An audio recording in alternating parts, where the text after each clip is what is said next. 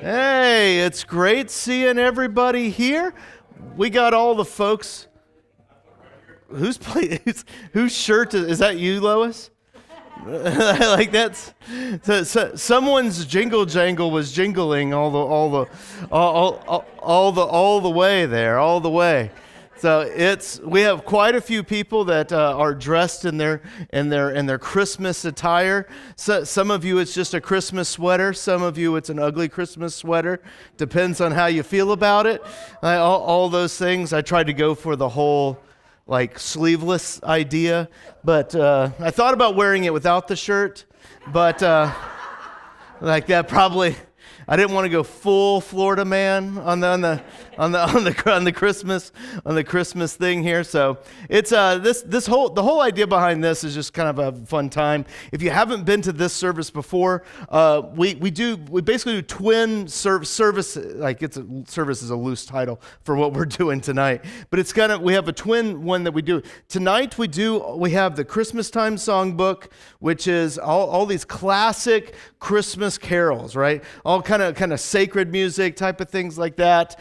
Cindy has been practicing and going all over. She's playing live for us tonight. And what we'll do is we will play, we'll choose which one we want to sing next, right? So there's not a specific order. We're not going to get through all the songs, all that. So maybe we will. It depends on how much fun you guys are into having. I don't know.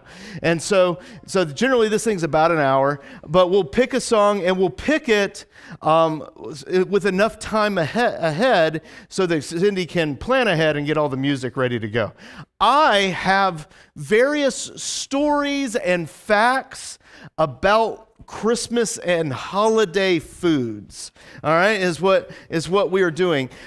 This year I found a lot of videos. So we'll see how the videos work. Kyler goes, hopefully our YouTube video won't get taken down like it did at Christmas Eve. And so we will see. We'll see how that goes. So I have various Christmas stuff. And so the whole idea behind this is just have some fun, talk about some things. So if you know something that I'm saying wrong about some sort of food or tradition, just let me know, and we'll go from there. But it's great having everyone here. All right, so what we need to do, Cindy, would you like to pick our first song? You don't have to. No? What do I? All right. So which one should we sing first? Let's throw. Angels we have heard on high. Angels we have heard on high. So I'll stall until you find that, Cindy. Like that. Yeah. What page is that on? 6. Page 6 in the songbook there. And so there aren't going to be any lyrics on the screen. I thought about putting them up there, but that seemed like a lot of work. Even though I have a very diligent elf helping me in the back, like that. You see him back there? Sure, stand up, Kyler. Let's show everyone your. Like that's we. And so I got a very diligent elf in the back. We're blessed with Ralphie from the '80s. Up here, all these good things. So it's great having everyone here. Thank you so much. Are you ready, Cindy? There's 2 verses, right? Okay. So all right. We'll make our beginning in the name of Father, Son, and Holy Spirit. Amen. We'll sing our first song together.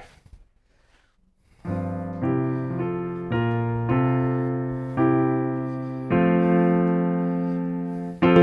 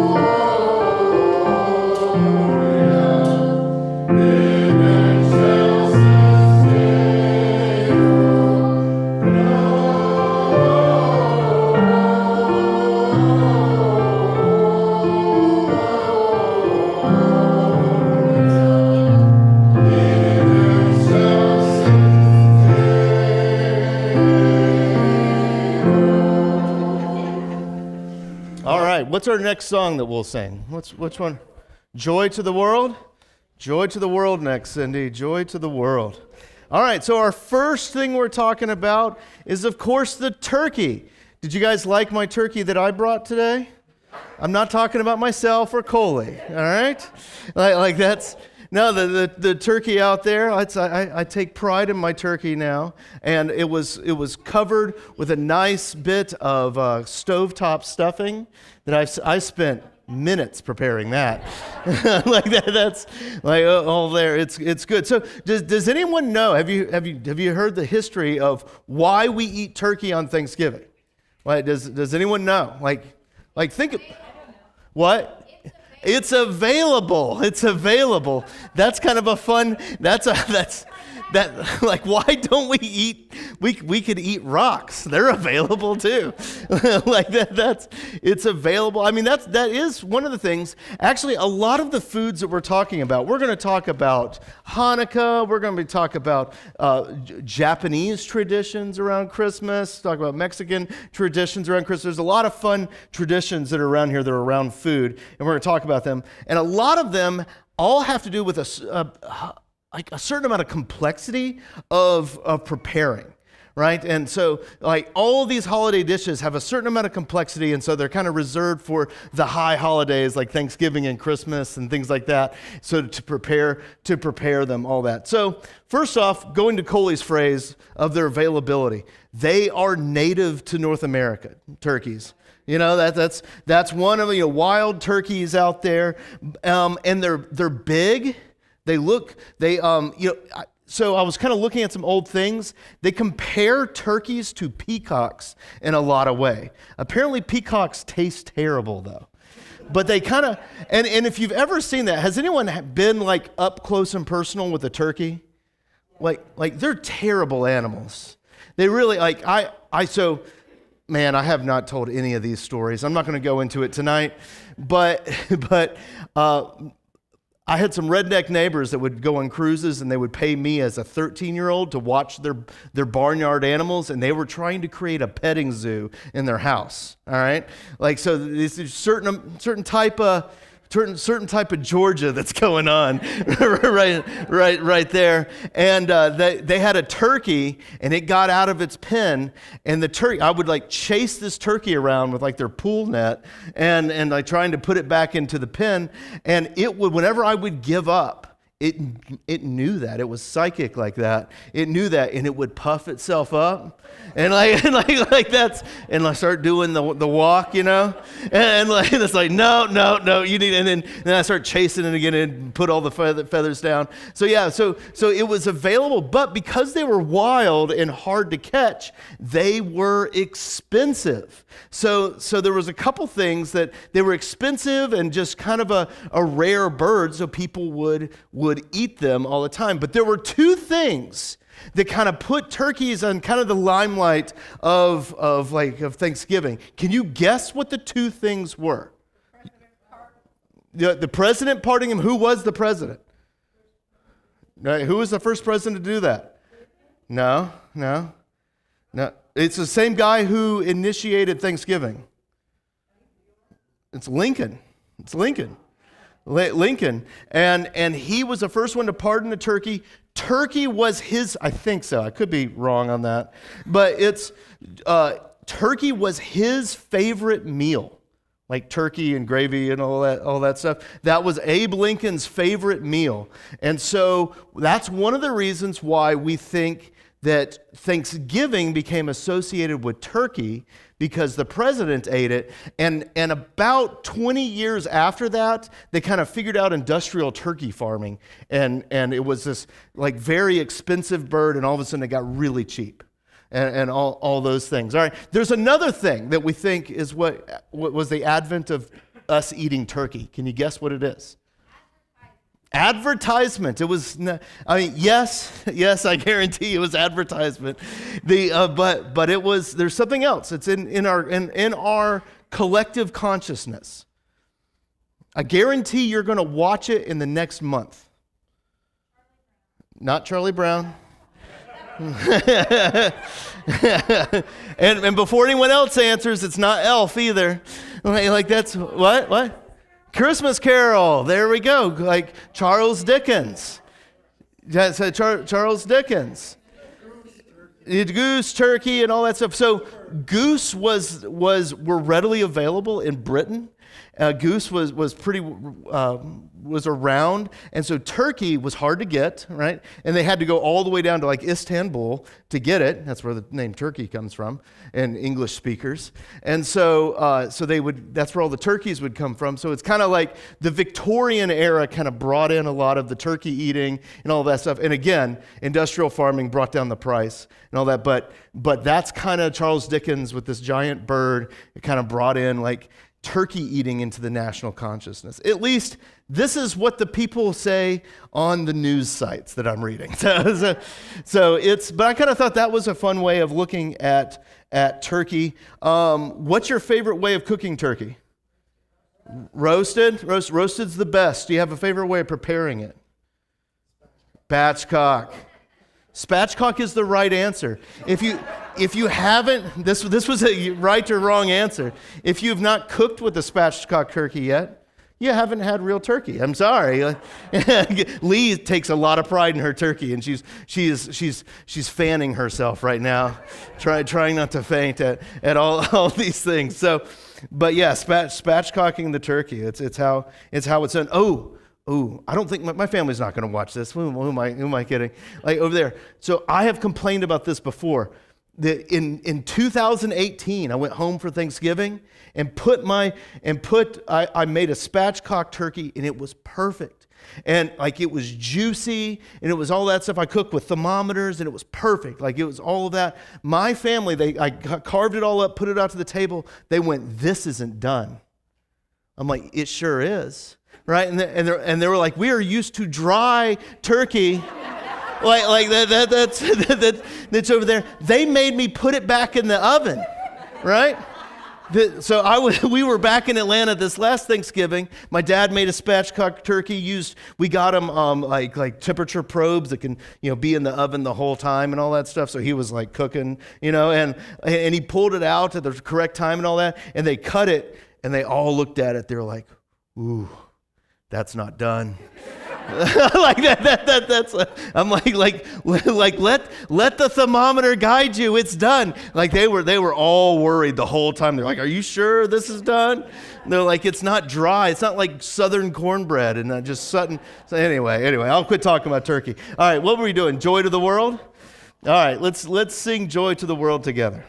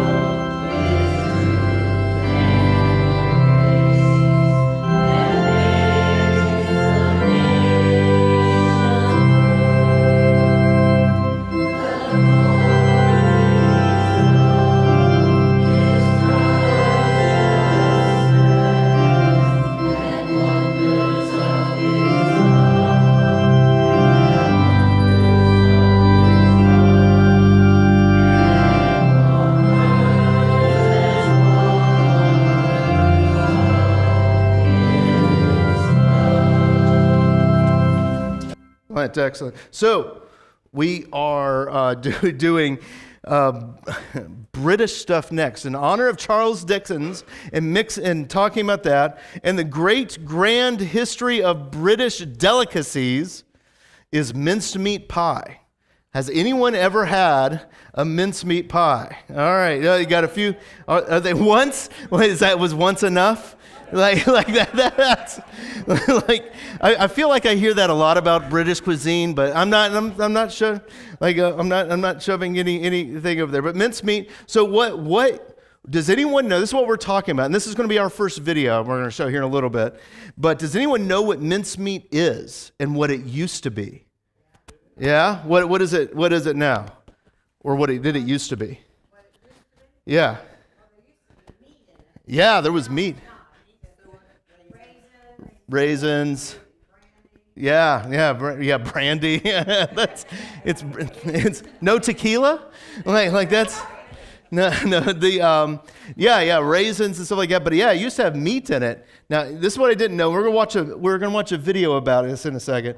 But the meat used to be with all the raisins and all of that. It was all mixed together, and they just ended up dropping the meat. So, Kyler, go ahead and roll that beautiful bean footage, right?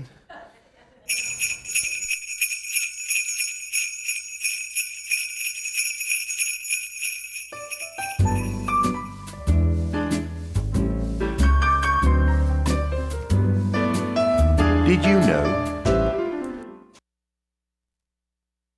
Oh yes, it's that time of year. A lovely mince pie, hot or cold, with cream or without, can be just the thing on a cold winter's night. But as a child, I always wondered, why was the filling called mincemeat? After all, there's no meat in there. It's all spices and fruit, and spiced fruit. Well, as ever, history offers an answer. Mince pies have their origin during the medieval Crusades, when many Europeans went to the Middle East and, while killing people, experienced a new cuisine. Here there was an array of spices and food combinations which many simply hadn't tasted before. Bit by bit, new ingredients and new recipes made their way back to the banqueting tables of medieval Europe. And by the 16th century, in the court of Henry VIII, the shrid pie was extremely popular. This was a pie formed from shredded meat, along with suet and dried fruit. Also, many spices were added, including nutmeg, cloves, and cinnamon. Over the years, the recipe became more standardized, and the standard meat to use was mutton, or an old sheep. This recipe from 1615 combines mutton with suet, pepper, salt, cloves, mace, currants, raisins, prunes, dates, and orange peel. By now, not only mutton, but also beef or veal could be used as the shredded meat. The mid-17th century saw civil war come to England. And not only did the Puritans go to war with the king, they went to war with mince pies. These were just too Catholic, too decadent. Nay, the poor rosemary and bays and Christmas pie is made an abomination. Thankfully, though, the tradition survived the Puritans, and by the Victorian era, there was a revival of Christmas, the Christmas we tend to think of today. This is the Christmas of Charles Dickens and A Christmas Carol. And by now, most made the filling for their Christmas pies in advance, storing it in jars. Though some stuck to tradition, meat for many was no longer included in the recipe, although suet still was. So there you go. It's called mincemeat because it used to contain shredded or minced meat. I wish someone had told me when I was a child. Then I could have eaten my mince pies with far less of a quandary weighing upon my mind. Now, we mustn't forget those who don't like mince pies. Some people, for example, much prefer the Yule log, and maybe next year I'll do a video about that. But for now, from everyone at Archeo Soup Towers, have a very Merry Christmas. All right, so that was a fun one. Now, here's what I think is interesting. Like, we laud the Puritans as like some type, like they came over and started everything and all that stuff. These people were against like stuff that was tasty. Like, listen, it's old, and they fought them on the mincemeat pies, which I think is hilarious, and all that. We're gonna see that kind of continue on into the future a little bit too. So I forgot to ask what song we were gonna play. So Coley picked one, and it was what, First Noel? What page was that on? First page. So we will sing the First Noel together.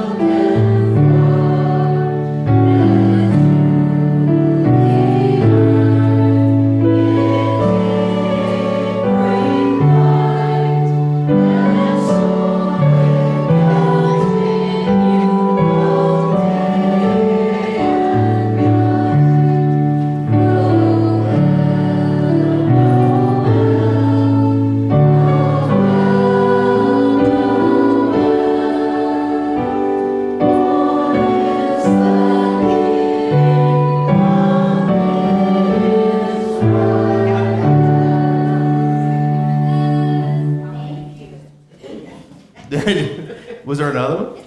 Oh, all right. Well, sorry, I ruined that. What's our next song that we'll do? What's the next song? "Oh Come All You Faithful" was yelled from the back. Okay. See, "Oh Come All You Faithful" next. All right. So we talked about mincemeat, and a descendant of this next one is mincemeat. Can anyone guess what we're talking about next? What? Sweeney Todd? No. Maybe. I don't know. I don't know what all this. It's fruitcake. Fruitcake is next. Like that's, and it has it descends from the mincemeat pie because of the whole fruitcake. Now, who loves fruitcake? Well, yeah, okay. There's one person around. No one likes fruitcake, huh? Like all that stuff. So I have just a short video about fruitcake. So play that one that we were talking about. The origins of fruitcake go back to ancient Rome. Roman soldiers ate satira, kind of like an energy bar made of barley mash, pomegranate seed, pine nuts, raisins, and honeyed wine. Like today's fruitcake, it was calorie-packed and didn't spoil quickly, a plus for soldiers going to the battlefields. More recipes appeared later using dried fruits. But it wasn't until the arrival of sugars from the Americas in the 16th century and a wide availability of ingredients like nuts and dried and candied fruits that we start to see the cake we know today. But it was so rich that it was considered a sin and outlawed in Europe in the 18th century. The ban didn't last long though, and by the next century, British royals were using it as their choice wedding cake sponge. Yeah, under all that icing is a fruitcake. So that was, yeah, go ahead. Yes, yes, yes, yes. So that's it's true, Johnny Carson, and everyone's laughing at that. Everyone's laughing at that. But the fruitcake, and we're going to get to that. This is part of this whole story here. But yeah, all the Royals cakes, like Queen Victoria and all that stuff, they were all fruit cakes. Now, do you guys remember being little and like fruit cakes were kind of everywhere? You remember that? Like that's like over there. I don't remember that. Like that's, but maybe over there. So the fruitcake industry they say that there is a moment in history that killed the fruitcake market. Right? Do you know when that was? The fruitcake. Now this is the fruitcake industry. They're a little bitter about this, but can you guess what caused that? It's almost like a Seinfeld. Almost. It's the boomer version of Seinfeld. It's the boomer version of it. We've already talked about it. It's Johnny Carson's like thing on the fruitcake. Play the next fruitcake video. Believe it, what I got today? A fruitcake. A fruitcake. I want to prove a point. Would you bring in the fruitcake, please? And you'll see what I mean.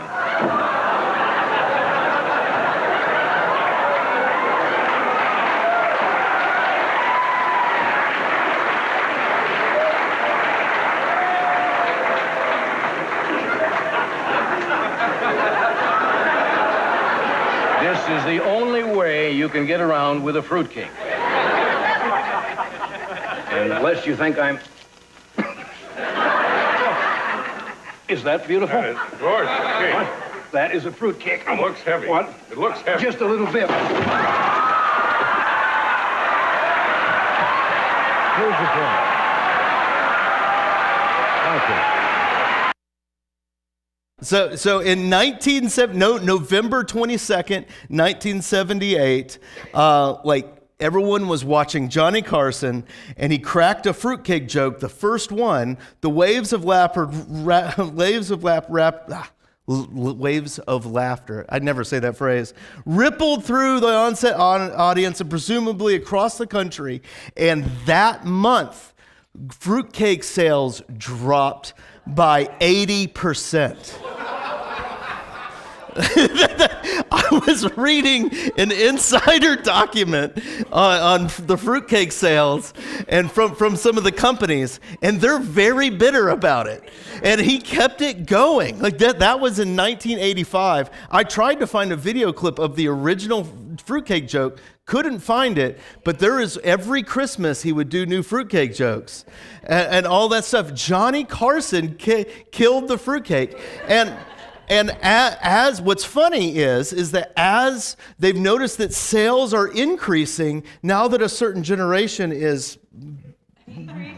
Yeah, like that, like the Johnny Carson generation, like all of that fruitcake sales are actually going up. So they let's see, this was an insider like a fruitcake sales. This is what they said. Let's see here. You know, it's kind of funny. Let's see, and Snap, the fruitcake was out of fashion. No longer was it a symbol of hard work, family, and love. In an instant, it was relabeled as a curiously heavy cake with unknown ingredients associated with aging family relatives, too dense to eat. Fruitcakes used to, I don't know what I wrote there, relegated to be used as a boat anchor, doorstop, or a brick. And so this is from a fruitcake company, right? Like they're bitter. You can hear the bitterness in this.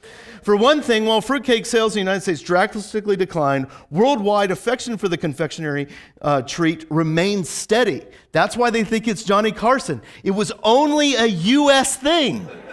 It was only a U.S. thing. It's remained consistent throughout the rest of the world.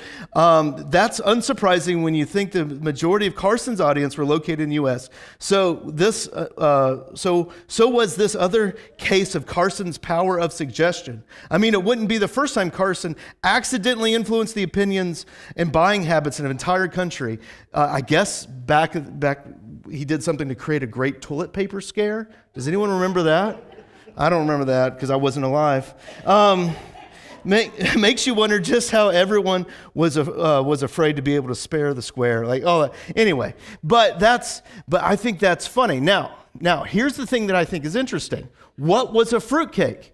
It was just dried fruit, right? Nuts and all that stuff. We still eat fruitcakes all the time. You guys know that, right? At least I do. Coley and I buy them all the time. What? Yeah, energy bars, like fruit and nut bars. I got this from my house. Like, I eat these things all the time. This is a fruitcake, and it's labeled as a granola bar.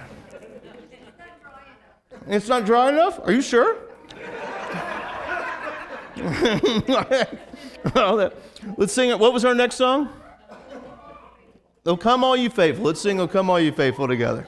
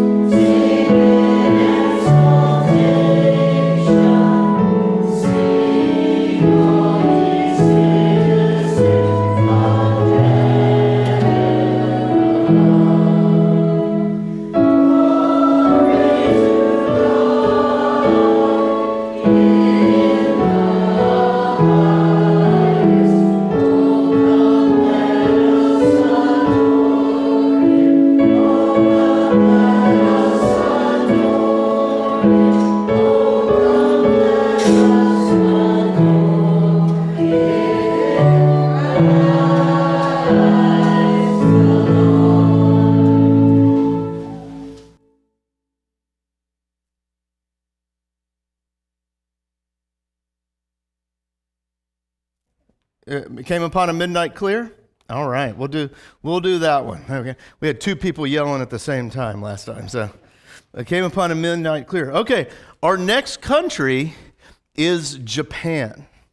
Now, has anyone heard what their Christmas tradition is? Because they don't really celebrate Christmas because they're religious or anything like that.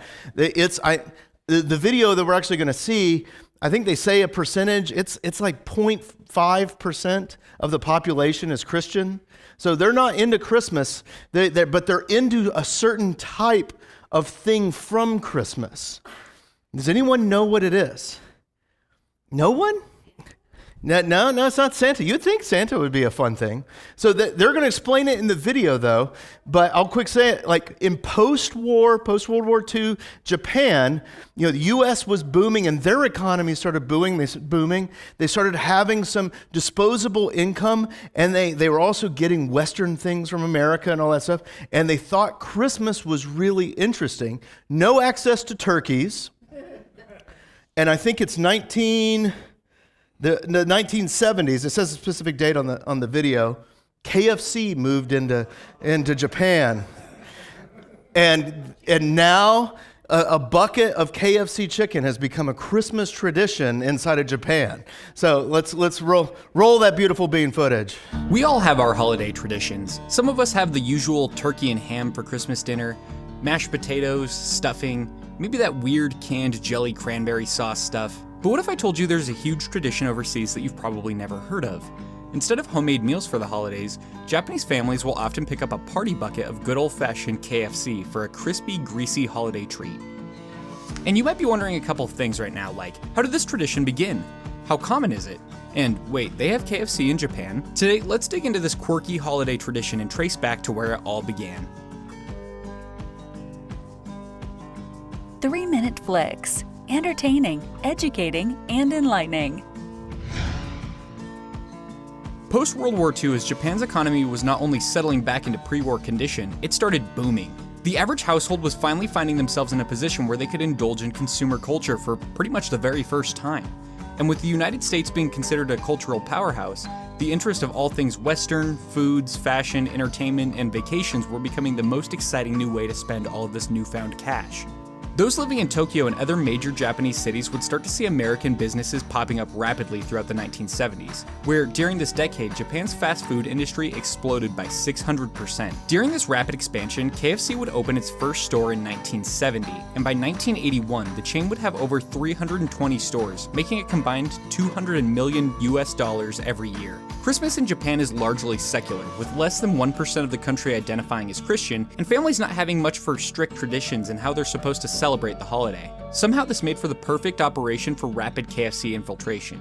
In 1974, KFC launched the Kentucky for Christmas marketing campaign, alongside the holiday-themed party buckets. The origin for the Christmas craze is a little murky, but has been attributed to a number of potential factors. For starters, Takeshi Okawara, manager of the first Japanese KFC and soon after the KFC Japan CEO, came to a company Christmas party dressed up as Santa, granting the idea to have Santa/Colonel Sanders hybrids as decor during the holidays, show up in commercials, and even deliver the buckets on Christmas Eve.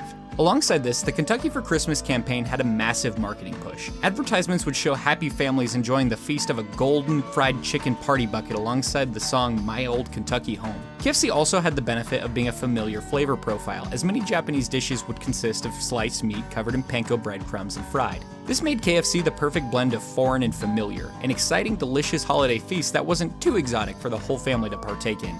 Over 50 years later, the tradition still goes incredibly strong to this very day, with families reserving their buckets from anywhere for days or weeks in advance to ensure they're able to bring home KFC despite the incredible demand.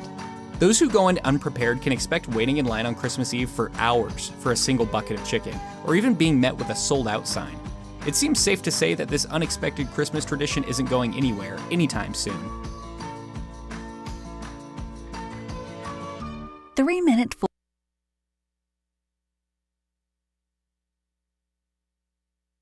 About it. Yeah, that's anyone heard that about that before? Yeah, they're big, and I mean, China's huge in KFC too. But Japan, do they do it with sake? Yeah, it'd be hard to enjoy Christmas without sake. Yeah, I feel like, are you saying that from a personal side there? Yeah, KFC. Yeah, okay. You got to have it with KFC. That's funny. I think that's fascinating, the whole Japan KFC connection. Colonel Sanders dressed up as Santa. That's hilarious. So I thought we'd include that in this. So we'll sing It Came Upon a Midnight Clear.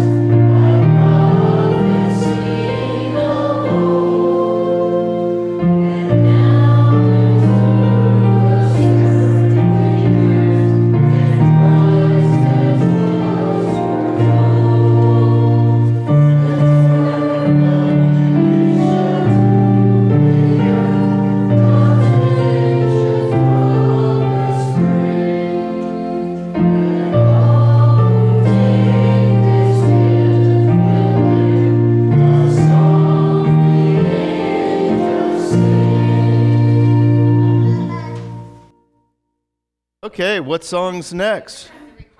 What? Go Tell It on the Mountain? We can do Go Tell It on the Mountain next. All right, so we'll do Go Tell It on the Mountain next. So we celebrated with Japan. We've been in Britain for a while. We've even talked on Johnny Carson's stage about fruitcakes. And to do this, we also got to talk about Hanukkah. And if you've ever spent time with Bible study with me or just in general with me, like I have this fascination with Hanukkah. And what's interesting about Hanukkah, and actually and we're going to do a couple of the times in Mexico next. Hanukkah, Israel, the Hebrew people and the Mexican people, all these dishes have a lot of symbolism to them, right? So, symbolism. So Hanukkah. Hanukkah is kind of a fascinating story. One of my favorite things I like to say, and many of you have heard me say this before, is, do you know why we don't celebrate Hanukkah as Christians? Because Jesus probably celebrated it. It was called something else, but it was called Festival of Lights, yeah. Well, I'm trying to remember. It's in John. Like they mention it in John. So the reason why we don't is we connect it pretty closely to the triumphal entry and Palm Sunday. Like all those things, we connected to that pretty hard. Basically, what was going on is the Greeks had taken over Israel, taken over Jerusalem, and this guy named Judas Maccabeus kicked the Greeks out. And the reason why we connect it to Palm Sunday is after he kicked the Greeks out, he came riding into the city as conquerors would do.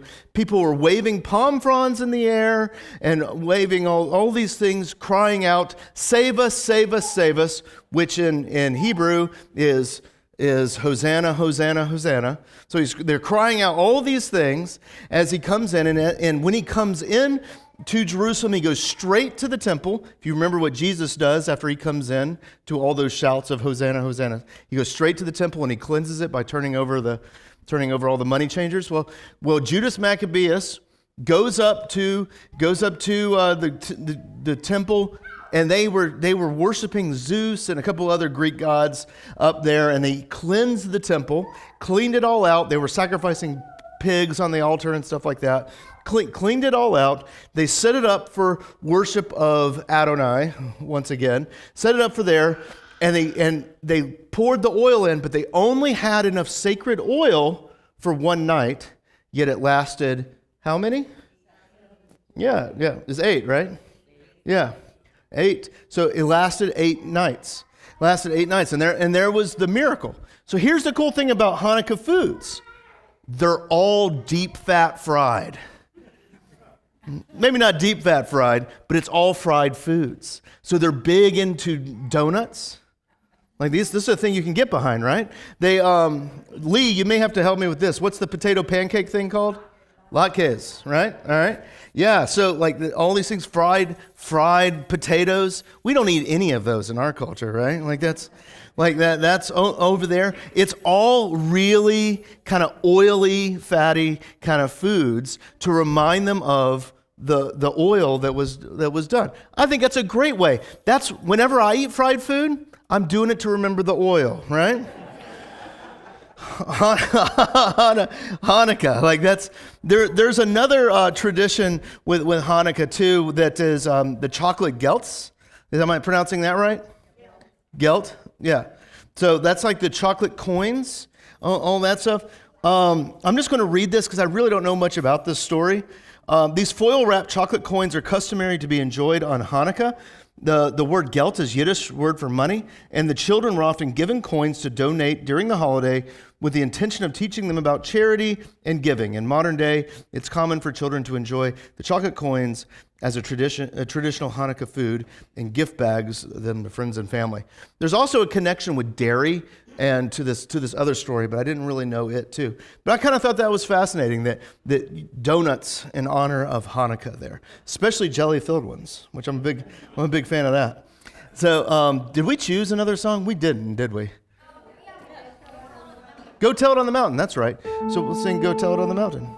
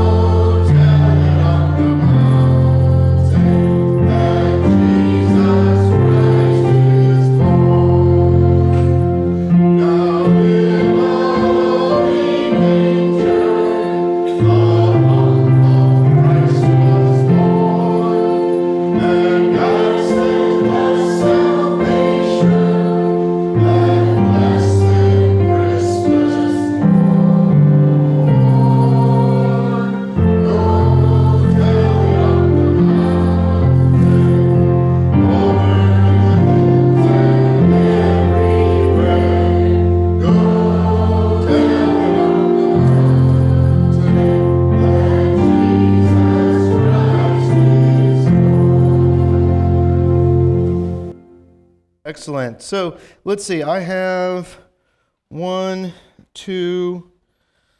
I could have 2 to 4 left. How many songs? We have a ton of the songs left, right? All right, cool. So we'll keep on going here. We'll keep on going. So what song next? What Child Is This will be next. What child is this? All right, we're going to Mexico. Now, Mexico has some interesting traditions, one of which I'll just go ahead and say is tamales. Has anyone lived near Mexican culture or Spanish culture? They have this too. Like anyone, so Coley and I, we did our vicarage, which is the third year of seminary. It's kind of like an internship. We did down in South Texas. Now, when you guys think of South Texas, you probably think like, oh, San Antonio or something like that. Maybe Austin or Houston. We were 4 hours south of San Antonio. 4 hours south of San Antonio. Like we were on a border town with Mexico called McAllen, Texas. It's actually where like SpaceX has their, like Bonita Springs is like 2 towns over from where we were. And so one of the things I noticed is right at this time of the year, as soon as Advent came, tamales started showing up in the office. Every day tamales came, every day, which is wonderful for like the first week. And then it just becomes too many tamales. Like it's just, it's over there. But the tradition, and the reason why it's a Christmas tradition, and I have a video for this, but I'm not going to show it. We're kind of running out of some time. But it's all about kind of gathering the family together and creating these tamales, because it's a lot of work by yourself. So what they'll do is everyone gets a job, and everyone gets a job, and they do all the filling and the covering and all these things, and it becomes this thing like at the beginning of the Christmas season or in the Christmas season to come together as a family. And that's the kind of the wild thing about Mexican culture, is that it is so family based. Like that's, my friend Mark at Messiah Tampa, he has a Hispanic congregation. When we were down in McAllen, we saw this, and when I was in Arkansas, one of our sister churches there had a Hispanic congregation too. So family based, so much so that they don't start church till everyone's there, which all you European based people, like drives you insane. It's like, it's 5 minutes late. We need to get the show on the road. And they're all hanging out, and like they may start like 45 minutes late. Like something like that. We're waiting for everyone to get here because it mattered when everyone was there. And it's cool that this Christmas tamales tradition for them is that tradition, that everyone gathers together and builds these tamales, which I think is really fun. The other Mexican tradition that I didn't know about, I remember hearing about it, is the king cake or the king bread. Have you guys heard about this? New Orleans has this kind of same tradition, but it's a little different. It's the first Mexico video, Kyler. We'll go ahead and watch that. It's real short. You have to read though.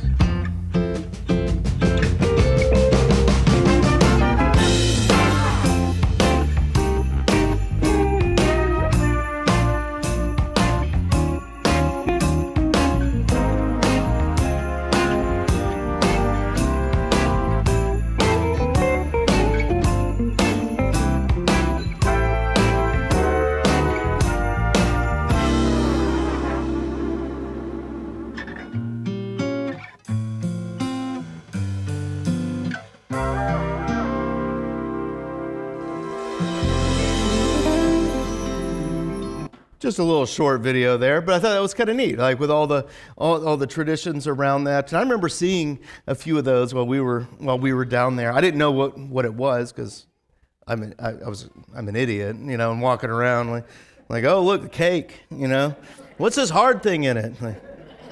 Like that's like in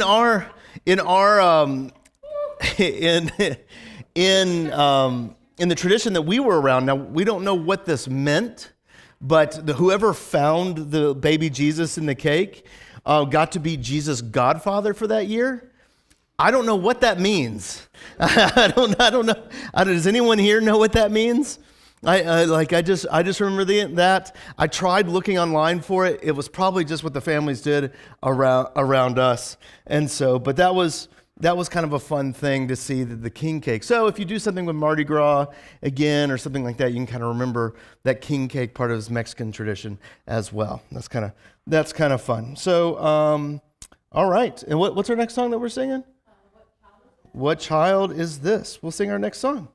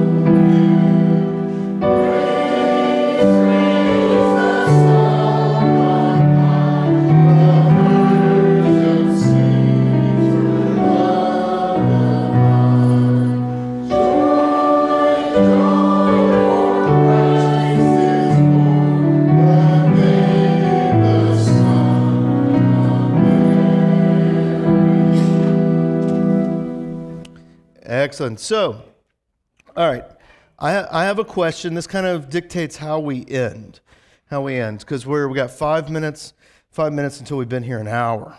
And so, let's see. So we'll have two songs. We'll do two songs left. What do you want to be our last song, and what's the song before that one? Well, Silent Night for the last one? Away in a Manger? All right. So we'll do Away in a Manger next and then Silent Night. So we'll go through this, then we'll see how you guys feel about the last one. The last one is optional, but we'll see how it goes. So this next one is cranberry sauce. All right. I brought cranberry sauce today. And you guys probably enjoyed it. Oh yeah, it's great, right? Like that. It's got that gelatinous thing. Now, as soon as I brought it, Jan started dissing it. She started dissing it. She goes, "Well, it's not like mine. It's like I'm like, well, I bought mine, Jan." Like from a start. Like this is what I think is interesting. So, most things on Thanksgiving we make. You know, cranberry sauce is the only thing that is almost universally. Some people make their own. Looking at somebody back there. Some people make their own, but most people just do it out of the can. Who just does it out of the can? Yeah, you do too. Yeah, see? See, you have two options, right? You have two options. And I've never made cranberry sauce, but the websites that I was looking at, they said it's not even that hard, right? It's the amount of effort that you have to put together to make a salad is basically what they said, like a saucepan and a salad. It's not very much. So here's from Ocean Spray here. They sell about 70 million cans of the stuff a year. 70 million cans of the stuff. 80% of it is sold for Thanksgiving. 80%. Isn't that crazy? Every can requires 220 cranberries. I thought that was kind of fascinating. That's a lot of cranberries, right? Let's see. And here's what I was talking about before, but written down. It's one of the few things on Thanksgiving table that's already prepared. What's interesting about cranberry sauce is that 3/4 of Americans use store-bought sauce for their Thanksgiving. It really is the only thing at the table the majority of people just buy, right? Like that over there, and they don't just make. So the story of cranberries is actually in 1796. This one guy suggested serving it with roast turkey and boiled onions with the cranberry sauce. You know, that sounds familiar, right? But it didn't become the requirement of Thanksgiving dinners until Ulysses S. Grant served it alongside the designated Thanksgiving turkey to Union soldiers during the siege of Petersburg in 1864. So it's like Tootsie Rolls. Because of war, it became popular kind of through all that. So you can thank Grant for that. Let's see here, and that solidified it. So then in the very early 1910s, the guy who started Ocean Spray, Marcus Urann, that's not his name. It's Urann. And urine, yeah, like, and so he was a lawyer, but abandoned it to buy a cranberry bog, and would go on to become one of the founders of Ocean Spray. Began canning the stuff as a way to sell the seasonal berry year round. And cranberry harvest lasts only 6 weeks. And let's see. Before the canning technology, the product had to be consumed immediately, and the rest of the year there was no market. Then suddenly there was, and we have Ocean Spray to thank for that. The jellied log, all right, became available nationwide in 1941. 1941, Thanksgiving history was forever changed, and Ocean Spray, currently the world's largest grower of cranberries, sells roughly 80%. We already did that. So, and it's done at 8 times. But I thought that was fascinating about cranberry sauce. 80% of it, right, at Thanksgiving. That is wild. So I want to ask you guys about the last one. It's just a video. I don't have any kind of things to say about it, but it's about Yule logs and where they come from. Do you want to watch the Yule log stuff? All right, we'll do that. All right, so we'll sing Away in a Manger, and then we'll do some Yule log.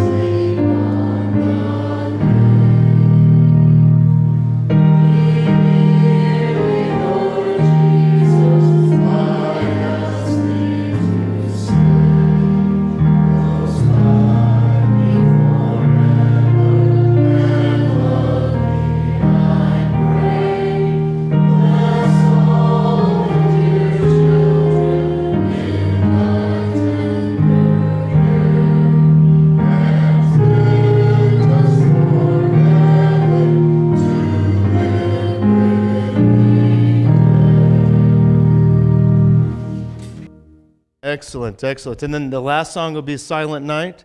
That'll be fun. We'll all stand for that one. So Yule logs, what do you, when I say Yule log, what do you associate it with? Fireplace. What else? You said it, someone that said in the back. Cake. Why, when I say the same thing, do you think of a cake or a fireplace log? Right? It's weird, right? That it's kind of connected and all those things. And they are connected. So I didn't know much about the Yule log. I know way too much about it now because I watched the same video you're going to watch right now. So go ahead, roll that beautiful bean footage. Nothing says holidays like a big brown log on the dinner table. I'm talking about a Yule log, of course, or rather, a chocolate sponge cake. I can feel the waist of my pants tightening just looking at it. I unbuttoned my jeans like 5 minutes ago. Even though the Yule log is a common, long-standing Christmas tradition, have you ever stopped to wonder where it came from? Well, we have. Why does this delicious dessert replicate, of all things, a hunk of wood? And what does it have to do with pagan rituals, Norse mythology, and the Roman Catholic Church? Be sure to watch until the end to find out. You'll want to log all these fun facts so you can share them at your holiday party. Sorry, I can't help myself. It's an illness. Depending on the baker's artistry, some Yule logs get decorated to look like a freshly chopped tree branch. But I can assure you that it tastes even better than it looks. The cake is a rich buttercream filling rolled inside a moist chocolate sponge cake. It's then enrobed in a silky chocolate ganache and sometimes dusted with powdered sugar to resemble snow. Ah, sounds delicious, right? Well, despite its tasty reputation, its origins have nothing to do with food. Its story is rooted, get it, in an ancient Norse pagan celebration that welcomes the end of winter and the coming of spring. This celebratory feast was called Yule, and it took place in Scandinavia. Oh, it's a beautiful place. Yule comes from the Old English word yeol, from the Old Norse word jol. Yeol also meant jolly, which often describes the Christmas season. Occurring around December 21st, when the day is shortest, it represented hope for longer, warmer days and a bountiful harvest to come. During these celebrations, Norse pagans surrounded themselves with light to ward off the dark, harsh days of winter. First, fathers and sons would chop down a strong oak tree. This was their Yule log. They'd bring it home and sometimes carve protective runes into its trunk. They'd also douse it with wine and salt to appease Thor, the god of thunder. Sorry, we do that for Chris in my house. In Norse mythology, Thor defends Sol, the sun goddess, from everlasting darkness. Then the rune-carved, wine-soaked tree got put into the hearth. As the Yule log burned, the Norse would feast, drink, and sing. Families decorated their homes with candles and evergreens, and sometimes they decorated the Yule log with pine cones, holly, and ivy before burning it. And during the celebrations, people often exchanged gifts. This is starting to sound familiar. The Yule festivities lasted until the tree burned out, which typically took 12 days. When the party was over, the families carefully collected the ashes and placed them beneath their beds for protection against fire and lightning. They also used the ashes as medicine and to fertilize their soil. By the 1st century CE, a new religion, Christianity, had gained followers in the Roman Empire. Attempting to replace the multiple pagan gods with its single god, the Roman Catholic Church hatched a plan. So, what's the plan? In 4 CE, the Pope hoped to attract more people to Christianity. He proclaimed December 25th as Jesus' birthday. How's that for marketing?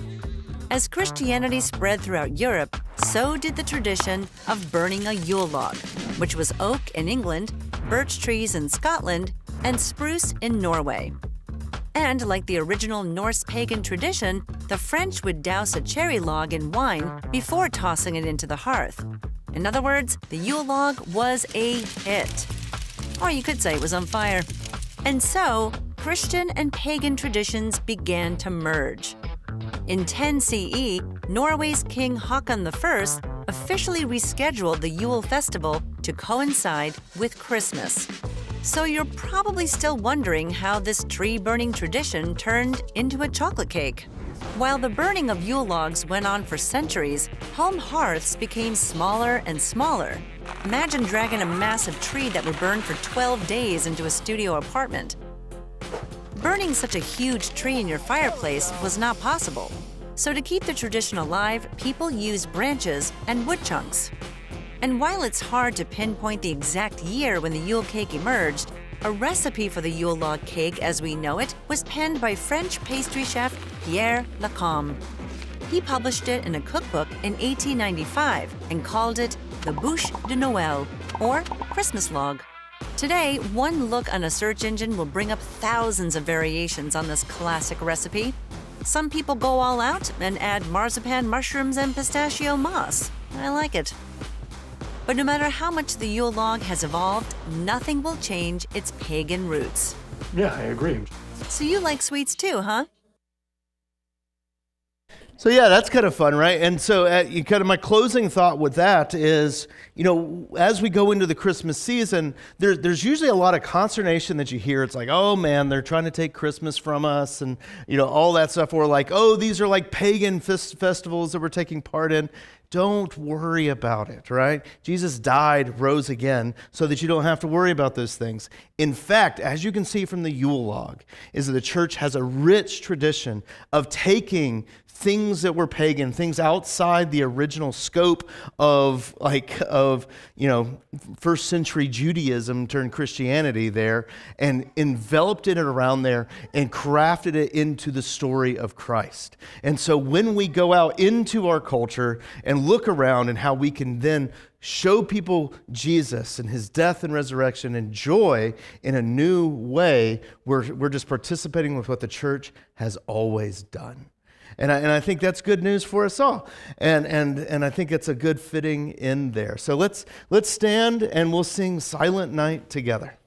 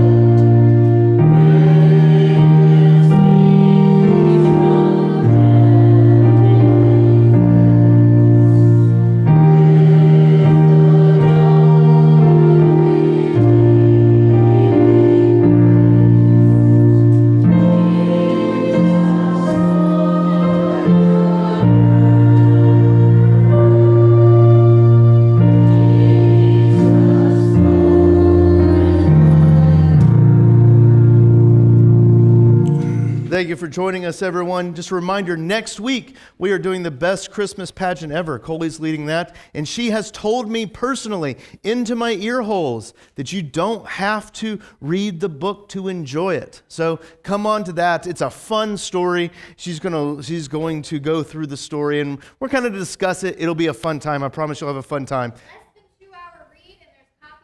Yeah, there's some copies that have made it back. It's less than 2 hours to get through it. Like it's a fast read. And then the week after that, we're going to tell our favorite Christmas stories again. I'll bring some classic goodies up here, and also I want you to tell some of your favorite stories.